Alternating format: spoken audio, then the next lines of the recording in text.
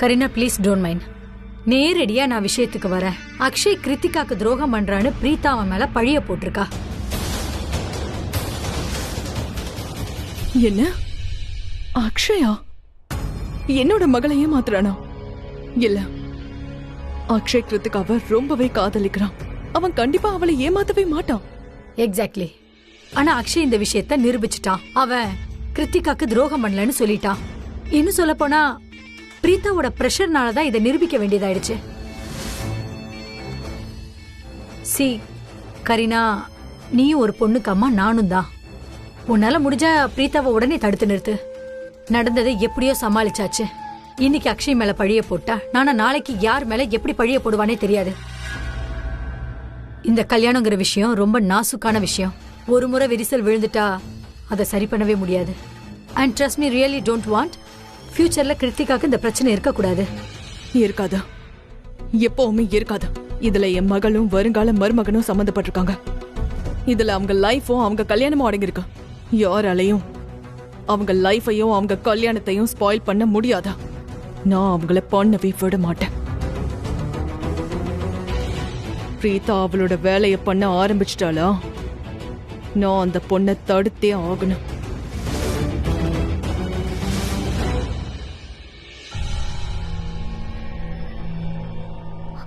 கரண், நான் சொல்றது கேளு. ரொம்ப இம்பார்ட்டன்டான விஷயம். அது ஒரு நிமிஷம் இரு. நீ மறுபடியும் பெரிய டிடெக்டிவா மாறிட்ட போல இருக்கு.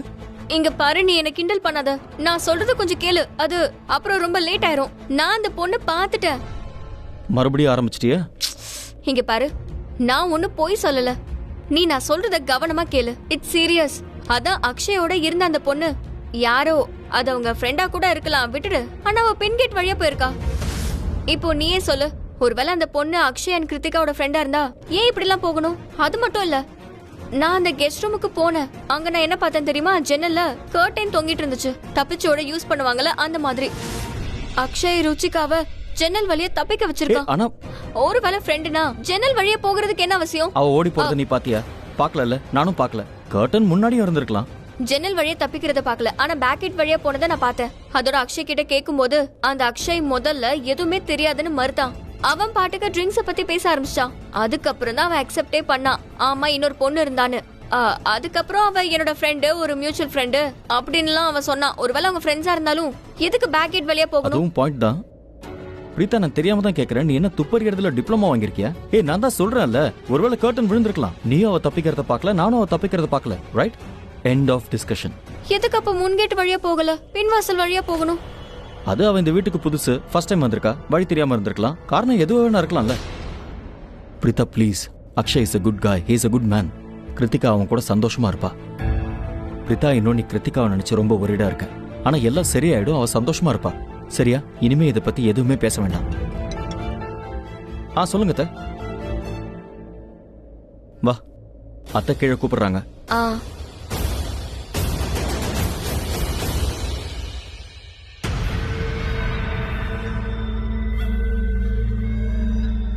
மாம், நீங்க எங்க போனீங்க? நெருப்ப ஊதி விட்டு வந்திருக்கேன். அது எரிய வேண்டியதான் பாக்கி. பாத்துக்கிட்டே இரு. அப்படின்னா அந்த பிரீதா மகாராணி அக்ஷய் மேல கேவலமா பழிய போட்டுட்டு இருந்தால. Luckily I was that. ஆனா என்ன தவிர அவளுக்கு கிளாஸ் எடுக்கிற லெவல்ல இந்த வீட்ல யாருமே இல்ல. அதான் நான் நடந்த மொத்த ஸ்டோரியையும் இந்த வீட்ல ஒரு ஆள் கையில சொல்லிட்டு வந்துட்டேன். அவங்க டென்ஷன் ஆனா பிரீதா மொத்தமும் எரிஞ்சு சாம்பலாக வேண்டியதான். அப்படின்னா கரீனா அத்தையா ஸ்மார்ட்டர். நான் தான் ஆரம்பத்துல இருந்தே சொல்றேனே, you are a smart girl. But unfortunately so sad. புத்திசாலித்தனமான வேலையை மட்டும் தான் செய்ய மாட்டேன் ஷர்லின். ஓகே. அண்ட் எங்க மாகிராக்கு புரிய வச்சு வேற எந்த பிரயோஜனமும் இல்ல. அவளே எரிஞ்சு சாம்பல் ஆயிடுவா. இன்னொருத்தரெல்லாம் எரிக்க முடியாது. Anyway, live it. நான் இப்ப ஊதி விட்டுட்டு வந்திருக்கேன்ல, இனிமே பாரு செமையா பிளாஸ்ட் ஆகும். Just waiting, watch. ஆண்டி, அட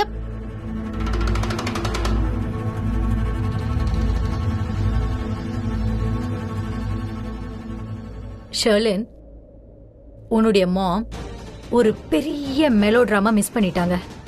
பரவாயில்ல, நாம பார்க்கலாம், என்ஜாய் பண்ணலாம். அவ்வளவுதான், நெருப்பு எரிய ஆரம்பிச்சாச்சு. இனி வெடிக்க வேண்டியதான் பாக்கி. பிரீதா, ஒரு நிமிஷம் இங்க வா. என் மகளோட கல்யாணத்துக்கான மொத்த பொறுப்பையும் நீ ஏத்துக்கிட்டல. இதுக்கான அர்த்தம் என்னன்னா, கல்யாணத்தோட எல்லா ஃபங்க்ஷன்லயும் ஏதாவது ப்ராப்ளம் ஆச்சுன்னா அதோட பொறுப்பு நீயா தான் இருப்ப. இப்ப நீ பொறுப்பேத்துக்கிட்டல, நீ அதை நிறைவேற்றணும். இந்த கிஃப்ட்ஸ் எல்லாம் இருக்குல்ல, இது அக்ஷய்க்கும் அவனோட ஃபேமிலிக்காகவும். போ, இத போய் கொடுத்துரு.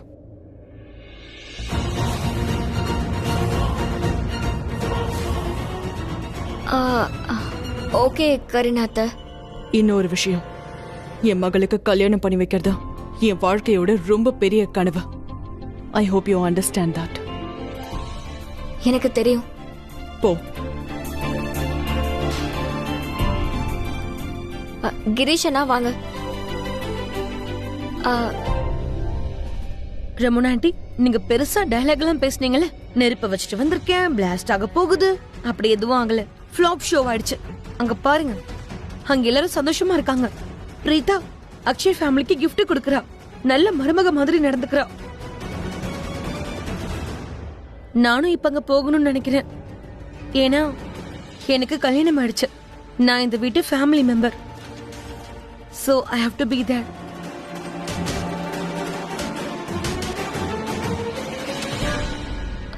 அக்ஷய், இது உனக்கு. Thank you. அங்கிள், இது உங்களுக்கு. என்ன மதெல்லாம்? ஆண்டி, இது உங்களுக்கு. என்னம்மா நீங்க எதுக்கு கிஃப்ட் அது இதுன்னு கஷ்டப்பட்டுக்கிட்டு இதை கொடுக்கணும்னு என்ன இருக்கு? ஏன் இந்த மாதிரிலாம் பேசிட்டு இருக்கீங்க? நீங்க எங்களுக்காக கிஃப்ட்ஸ் வாங்கிட்டு வந்தப்போ நாங்க அதை வாங்கிக்கிட்டோம்ல. அதோட கிஃப்ட் கொடுக்கறது பொருளை கொடுக்கறது மட்டும் இல்ல, இது அன்பை வெளிப்படுத்துற ஒரு வழிதான். கிரீஷ், இத வண்டியில வச்சுட்றியா? இன்னும் சொல்ல போனா இந்த சம்பிரதாயம் ரொம்ப நல்லா நடந்தது. இப்ப நாங்க கிளம்புறோம். சரிங்க, இப்ப நாங்க எல்லாரும் கிளம்புறோம்.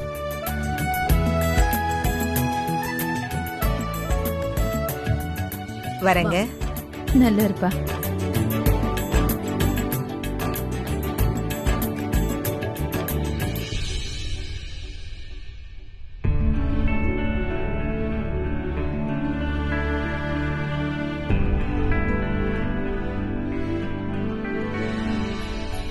வாங்க, நான் உங்களை வெளியே விட்டுடுறேன். வாப்பா அக்ஷய், போலாமா?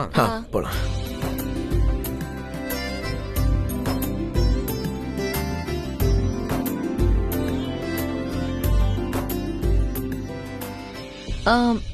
அத்தை, நான் என் ரூமுக்கு போகவா? ரொம்ப டயர்டா இருக்கு. சரிம்மா, போ, நீ போய் ரெஸ்ட் எடு. நானும் கிளம்பிட்டாக்கா? ராக்கிமா, நான் ஸ்ருதியை வீட்ல விட்டுட்டு வந்துட்டுமா? நான் போய் விடுறேன். சரி, 2 பேருமே போலாமே. போங்க, ஆனா சீக்கிரம் வந்துருங்க. சரி. By rakhi aunty. பை பனி பாட்டி. ராக்கி, நான் கிளம்புறேன்.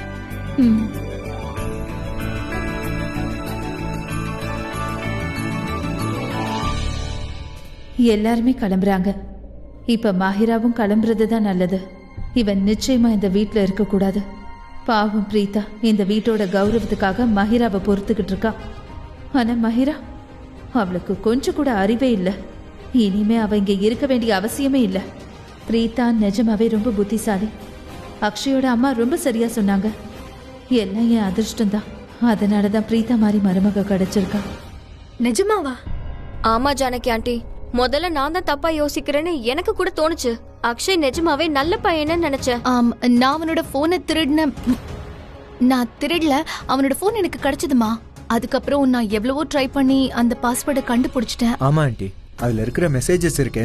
அதுல இருந்து தெளிவா தெரியுது அக்ஷயா ருச்சிகா வெறும் ஃப்ரெண்ட்ஸ் இல்ல, வேற ஏதோ உறவு இருக்கு. அடக்கடவுளே, இவ்ளோ பெரிய துரோகமா? சோ இது துரோகம் தானே? என்னோட தங்கச்சி கிருத்திகாக்கு துரோகம் பண்றா. அம்மா, அது நான் எல்லார்கிட்டயும் சொல்றதுக்கு முயற்சி பண்ணேன். நானே என் கண்ணால அந்த பொண்ணோட அவனை பார்த்தேன், எல்லார்கிட்டயும் சொன்னேன். ஆனா இந்த அக்ஷய் ரொம்ப புத்திசாலியா இருக்கான்.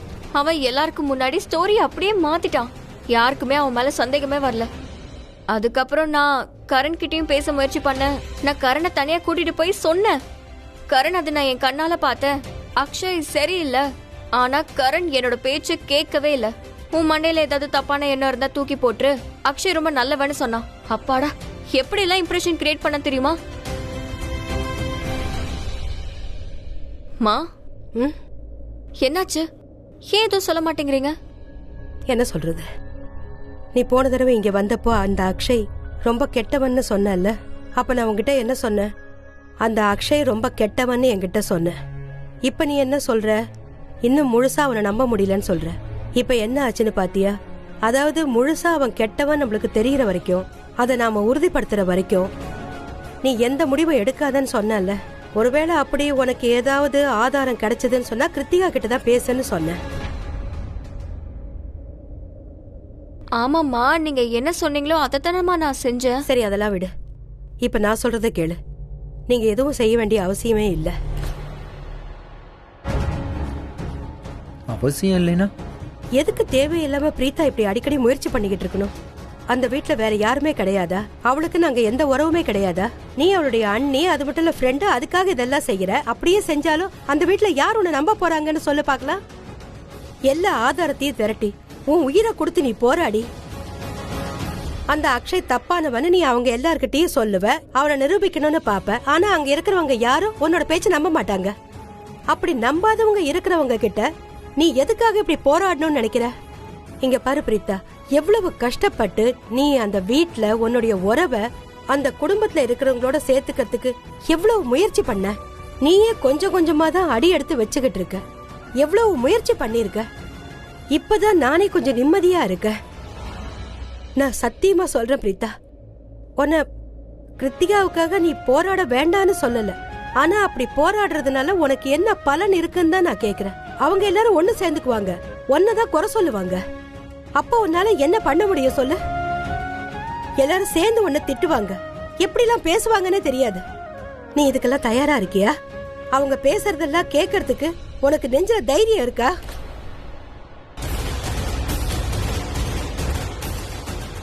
மா, கண்டிப்பா. எனக்கு எல்லாமே தெரிஞ்சும் எல்லாம் புரிஞ்சும் கண்ணை மூடிட்டு கிருத்திகா வாழ்க்கை அழியறதை என்னால பார்க்க முடியல. என்னால கண்டிப்பா அப்படி செய்யவே முடியாது. அது ஒருவேளை போராட வேண்டியது இருந்தா சரி, நான் போராடுறேன். நான் உங்களோட பொண்ணு, எனக்கு நீங்க தோக்க கத்து கொடுக்கல, உண்மைக்காக போராட தான் கத்து கொடுத்திருக்கீங்க. அதோட இப்போ நமக்கு தான் உண்மை தெரிஞ்சு போயிடுச்சு. ஒருவேளை தெரியாம இருந்திருந்தா நமக்கு எதுவுமே புரிஞ்சிருக்காது. ஆனா இது எல்லாமே தெரிஞ்சிருந்தோம் அக்ஷய்க்கும் கிருத்திகாக்கும் கல்யாணம் நடக்க விட முடியுமா? இது பாசிபிளே இல்லம்மா. நான் உண்மைக்காக போராடுவேன். அதுக்காக நான் என்ன வேணாலும் செய்ய தயார். நான் பின் வாங்க மாட்டேன்.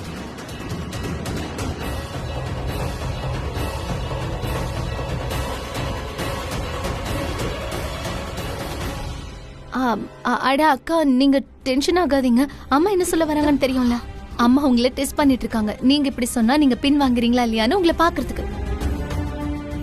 இல்ல, நான் ஒண்ணு இவளுக்கு எக்ஸாம் வைக்கல. அவளை நினைச்சு நான் இப்ப கவலைப்படுறேன். எவ்வளவு கஷ்டப்பட்டு அவ இப்பதான் அந்த வீட்டுல சேர்ந்திருக்கா. இந்த கிருத்திகாவுக்காக இவ எவ்வளவு போராடுறான்னு எனக்கு தெரியும். இது வரைக்கும் நீங்க சொன்னது ஏதாவது நான் மறுத்திருக்கேனா? உண்மையை சொல்லணும்னா நீங்க உங்க கால்ல நிக்கணும்னு தான் நான் ஆசைப்படுறேன். எந்த பிரச்சனை வந்தாலும் நீங்க அதை எதிர்த்து நிக்கணும். ஒரு பொண்ணு அவமானப்படுறத பாத்துக்கிட்டு நான் சும்மா இருப்பேன் நான் சொல்லு? ஆனா எனக்கு ரொம்ப கஷ்டமா இருந்தது. இங்க பாரு, என்ன ஆனாலும் சரி, நீ எவ்வளவுதான் கஷ்டப்பட்டு முயற்சி பண்ணி அந்த அக்ஷய கெட்டவன்னு சொல்றதுக்காக நீ போராடினாலும் அங்க இருக்கிறவங்க நம்ப மாட்டாங்க. அப்படி நீ சொல்றத நம்பலன்னா உன்னோட மனசு உடைஞ்சு போயிடும் இல்லையா? அதை நினைச்சுதான் நான் வருத்தப்பட்டேன். அதனாலதான் வேண்டான்னு சொன்னேன். மா, நீங்களே யோசிச்சு பாருங்க. என்னுடைய குடும்பம் என்ன நம்ப மாட்டாங்க, என்ன திட்டுவாங்கன்னு நினைச்சு நீங்க வருத்தப்பட்டு இருந்தீங்கன்னா, அதுக்காக நீங்க இப்படி அழறீங்கன்னா, ஒருவேளை கிருத்திகாவோட வாழ்க்கை நாசமா போயிருச்சுன்னா, ஒரு கெட்டவனை கல்யாணம் பண்ணிக்கிட்டு கரிநாத்தையோட நிலைமை என்ன ஆகுறது? மா, நான் என்ன வேணாலும் செய்வேன். எப்படியும் ஆதாரத்தை தேடுவேன். அக்ஷய் நல்லவ இல்லங்கிறத நான் ப்ரூவ் பண்ணியே தீருவேன். ஏன்னா என்ன பொறுத்த வரைக்கும் கிருத்திகாவோட வாழ்க்கை கெடவே கூடாது. அதோட எல்லாரும் என்ன திட்டலாம், என்ன ஏடா கூடமா ஏதாவது சொல்லலாம். ஆனா அவங்க கண்ணுக்கு உண்மை தெரிஞ்சுட்டா நான் இதெல்லாம் எதுக்கு பண்ணேன்னு அவங்க எல்லாருமே புரிஞ்சுப்பாங்க. அதுக்கப்புறம் எல்லாருமே சந்தோஷமாயிருவாங்க. கிருத்திகா வாழ்க்கை தப்பிச்சிருச்சுன்னு நினைப்பாங்க. ஆமா, கரண் கூட என் மேல கோவப்படுவான். எதுக்கு உனக்கு இந்த வேலை இல்லான்னு கேட்பான். ஆனா இது எல்லாமே கிருத்திகாவோட நன்மைக்காக தானே அவனுக்கு தெரிஞ்சிருச்சுன்னா அவனே ரொம்ப சந்தோஷப்படுவாமா. அப்புறம் கடைசியா எல்லாமே நல்லபடியா முடிஞ்சிரும். கரெக்ட் பிரீதா. இப்ப நீ என்ன சொல்றியோ அதெல்லாம் அப்படியே நடக்கட்டும். எல்லாம் நல்லபடியா நடக்கணும். அந்த அக்ஷய பத்தின உண்மை உன்னால எல்லாருக்கும் தெரியணும். எல்லாரும் உன்னோட பேச்ச நம்பணும். எனக்கு என்ன வருத்தம்னா, நாங்க அக்ஷயோட முகத்தெரிய கிழிக்கணும்னு நினைக்கும் போது கரீனா மேம் அங்க இல்ல. ஏன்னா அவங்க இங்க இருந்திருந்தா பெரிய கூத்தே நடந்திருக்கும். என்ன கேட்டா இது நல்லதா தோணல, கெட்டதா தான் தோணுது. என்ன பொறுத்த வரைக்கும் கரீனா அத்தா அங்கேயே தான் இருந்திருக்கணும். ஒருவேளை கரீனா அத்தைக்கு அக்ஷய் மேல கொஞ்சமாவது சந்தேகம் வந்திருந்தா அவங்க ஃபுல் இன்வெஸ்டிகேஷன் பண்ணிட்டு தான் விட்டுருப்பாங்க. அவங்க கிருத்திகாவோட அம்மா. ஆனா அவங்களுக்கு இப்போ எதுவுமே தெரியாது. பிரீதா நீ தப்பா யோசிக்கிறாங்க. கரீனா அங்க இருந்திருந்தா பிரீதா நீ செம்மையா திட்டியிருப்பாங்க. அண்ணி லேட் ஆகுது, போலாமா? ஆமாங்க.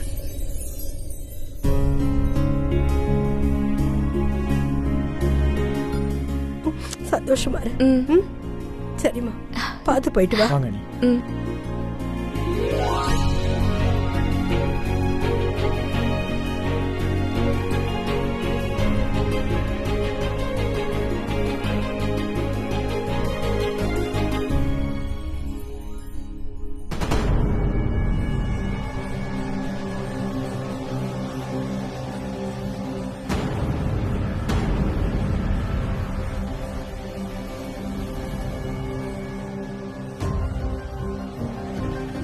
என்னாச்சு? ஏன் எல்லாரும் டென்ஷனா இருக்கீங்க? தெரியலண்ணா, மாம் தான் சொல்லணும்.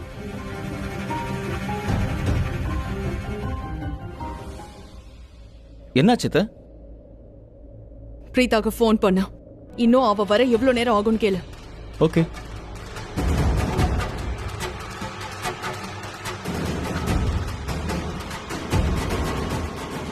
பிரீதா வந்துட்டா.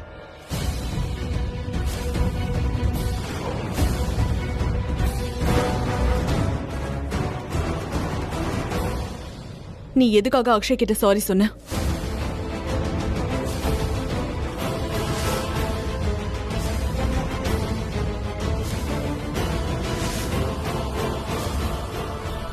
கரீனா அத்தை அது சும்மாதான். பொய் சொல்லலாம் என்கிட்ட முயற்சி பண்ணாத. என்ன விஷயம்ன்றது எனக்கு நல்லாவே தெரியும். நீ அக்ஷய அவமானப்படுத்தினல்ல, ஒருவேளை நான் அதுக்காக எனக்கு உன் மேல இருக்கிற கோபத்தை காட்டுறதுக்கு எல்லாருக்கும் முன்னாடி உன்னை அவமானப்படுத்திருப்பேன். எல்லாருக்கும் முன்னாடி கேள்வி கேட்டிருப்பேன். ஆனா நான் அதை பண்ணல. நான் என்னோட கோபத்தை கண்ட்ரோல்ல வச்சிருந்தேன். ஏன்னா இந்த குடும்பத்தோட சின்ன மருமக இப்படி பண்ணான்னு வெளியே யாருக்குமே தெரியக்கூடாதுன்னு நினைச்சேன். மருமகளை அவமானப்படுத்தினா ஃபேமிலியும் அவமானப்படும்ல.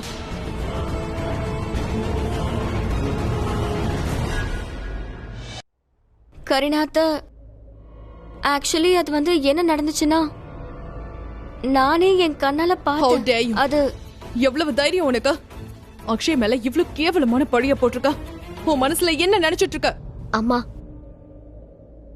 அம்மா ப்ளீஸ் அப்செட் ஆகாதீங்க. பிரீதா அண்ணி என்ன பண்ணாங்களோ ஏன் நல்லதுக்காக தான் பண்ணாங்க. எனக்கு எந்த தப்பு நடந்துட கூடாதுன்னு அப்படி பண்ணாங்க, இல்லைன்னா பண்ணிருக்க மாட்டாங்க. இங்க பாரு, உன்னோட அண்ணிய பத்தி கொஞ்சம் கூட தெரியாம இந்த மாதிரி சப்போர்ட் பண்ணாத. கொஞ்சமாவது யோசி. பிரீதா அக்ஷய் மேல பழிய போட்டிருக்கா. ஒருவேளை அக்ஷய் ஃபேமிலி அதே பழிய உன் மேல போட்டிருந்தா, ஒருவேளை அக்ஷய் இடத்துல நீ இருந்திருந்தா, ஒருவேளை அவனோட ஃபேமிலி உன்னை தப்பா பேசியிருந்தா, உன்னோட கேரக்டர் சரி இல்லைன்னு சொல்லியிருந்தா, ஒரு ரூம்ல ஒரு பையனோட தனியா இருந்தேன்னு சொன்னா, அவனை ஹக் பண்ணன்னு சொன்னா, உனக்கு எப்படி இருந்திருக்கும்? இங்க பாருமா, அக்ஷய் ரொம்பவே நல்ல பையன். அவனுக்கு ரொம்ப நல்ல ஃபேமிலி இருக்கு. அவனோட ஃபேமிலி உன்னை தன்னோட மருமகளா இல்ல தன்னோட மகளா நினைக்கிறாங்க. அக்ஷய்க்கு உன் மேல எவ்வளவு காதல் இருக்கு இங்க பார்க்கிறதுக்கா. யாராலையும் இந்த கல்யாணம் நிக்க கூடாதா?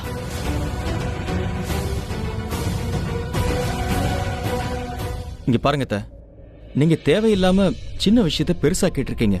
இப்ப என்ன ஆயிடுச்சு? அவ இந்த மாதிரி செய்யறதுக்கு முக்கியமான காரணம் கிருத்திகா மேல அவளுக்கு இருக்கிற அன்பும் அக்கறையும் தான். That's it. தேவையில்லை. இவளோட அந்த பாசமும் அக்கறையும் தேவையில்லை. அக்ஷய் கிருத்திகாவை இவ பிரிக்க கூடாது.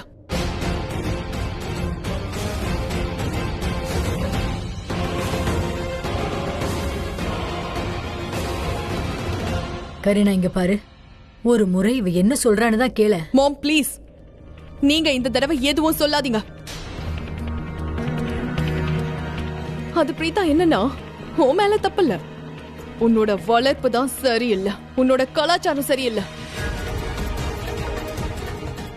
உன்னோட அம்மா பெருசு பெருசா டயலாக் சொல்வாங்கல்ல, என்னோட மக ரொம்ப கலாச்சாரம் தெரிஞ்சவ, ரொம்ப ஒழுக்கமானவ, என்னோட மக இது அதுன்னு அவளுக்கு நிறைய கத்து கொடுத்துருக்கேன்னு சொன்னாங்க. தப்பு. உன்னோட அம்மா உனக்கு எதுவும் சொல்லி கொடுக்கல. எந்த இடத்துல இருந்து வந்தியோ அந்த இடத்தோட லெவல்ல தான் நீ காட்டிட்டு இருக்க. கரண், ஒரு நிமிஷம்.